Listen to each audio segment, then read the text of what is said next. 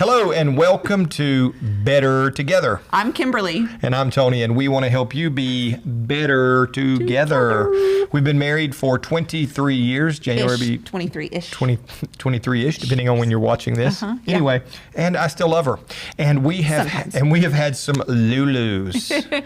What? We have had some serious throwdown fights. You say, well, not fist fights or anything like that, but I don't believe it. If she could have whipped me, I believe at times she might have tried. If I was physically strong enough to overtake him, I think I would have tried to knock him out a few times. Arm wrestle him.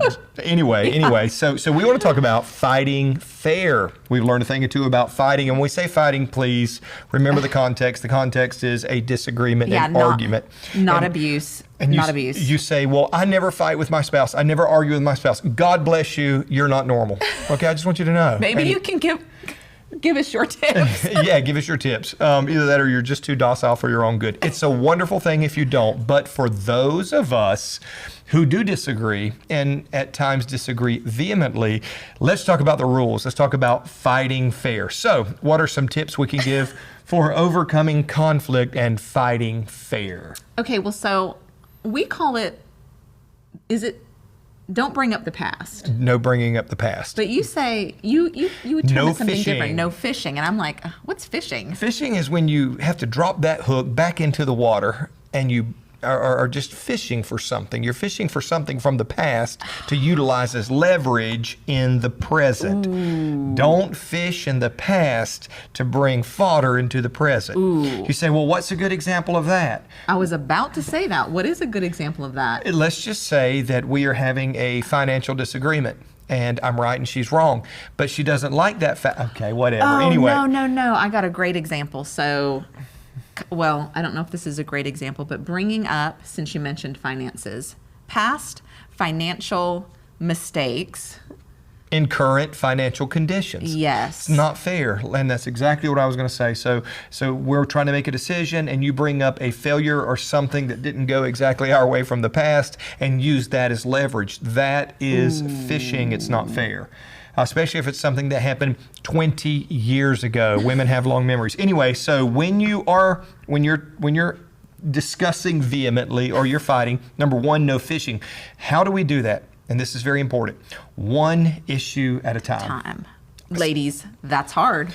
It is. Stay on topic. Oh. Stay on topic. Because my brain in the moment works about 5 times faster than his when it comes to issues.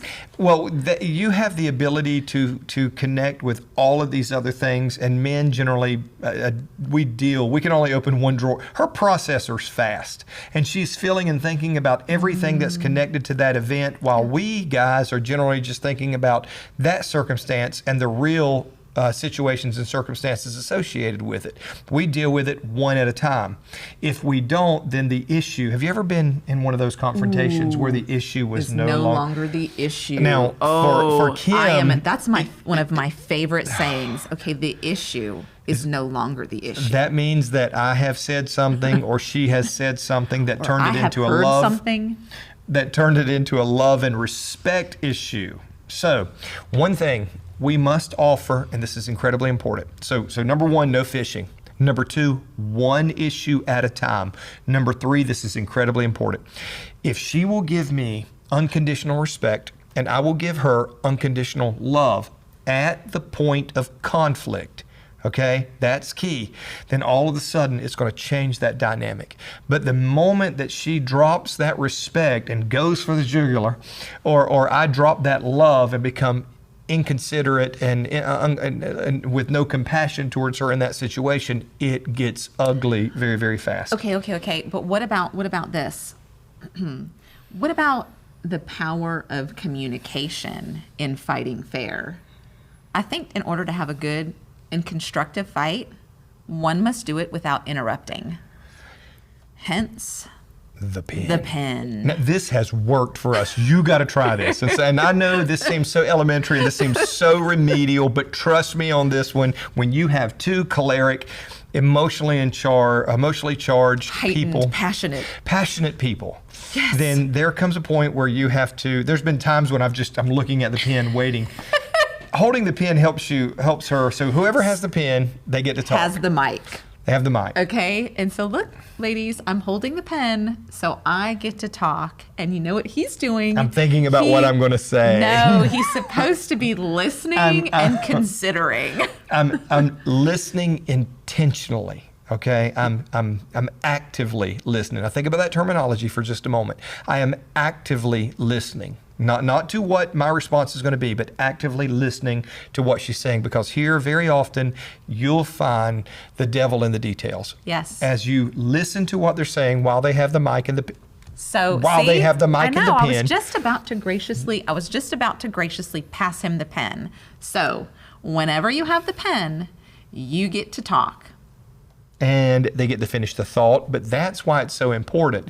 Again, Kim is much more wires, so what'll happen is when if you're not careful, you'll get that mic and you'll bring in 6 or 8 or 10 topics. That's why it's so important not fishing. If you find yourself holding the pen too long, then you're building a case, and that's not the key. A bridge. Yeah, we want to build a bridge. We want to build a bridge to each other over whatever conflict it is that we're facing. How can we, okay, so we've had this fight, we've fought, and for the most part, we've tried to fight fair. Right. Okay, so how do we get over the fight now? Okay, so we've come to a conclusion. When you fight, you must make up. Okay. Starts with an apology. It starts with an apology. I'm sorry, I was wrong. If it's that type of thing, or if you said something out of the way that was disrespectful or unloving, always ask that. And you'll get good at conflict. I know this sounds weird, but you can get good at conflict. You can actually navigate having different thoughts and different ideas without getting angry at each other. Yeah. I have finally learned, hey, you know what? I don't agree with what you're saying, but I respect you in your opinion. Yeah, and it's so freeing for me. Yeah, and I think we need more of that on YouTube and other platforms as well. But there's the aspect of, if you're going to fight, you got to make up. So what does that look like? Well, of course, with husband and wife, it looks like sex. You have to have sex. No, it doesn't always end in that. Okay. Well, most of the time it doesn't end in that, but it's nice when it does. I'm just saying. You say that's absolutely inappropriate. They're gonna censor you. No. Sex is beautiful, especially in the context of, only in the context of marriage. So the reason that is, I think it's God's design, is because it helps you emotionally reconnect. Yes. So I don't know. I have the pen. So I don't know how you ladies feel about fighting, but I know this: whenever there's like a wedge or something, I just don't feel good inside, and I don't know why that is, but I know that anytime we fight and then that we have that emotional, for me it's more about an emotional connectivity. After that, I just feel like, okay, we can do this thing. Yeah. You mean the issue or the sex? Both. Okay, yeah, so that helps. So remember, fight fair, engage in the rules, and when you're done, turn that into a makeup session if it was conflict. Again, not every fight or disagreement is something about, an emotional or personal issue. Maybe there's other issues, but be sure not to give the enemy a foothold. Okay, don't give the enemy a foothold. So apologize and reestablish emotional connectivity, however you deem best within the context of your relationship. Yes.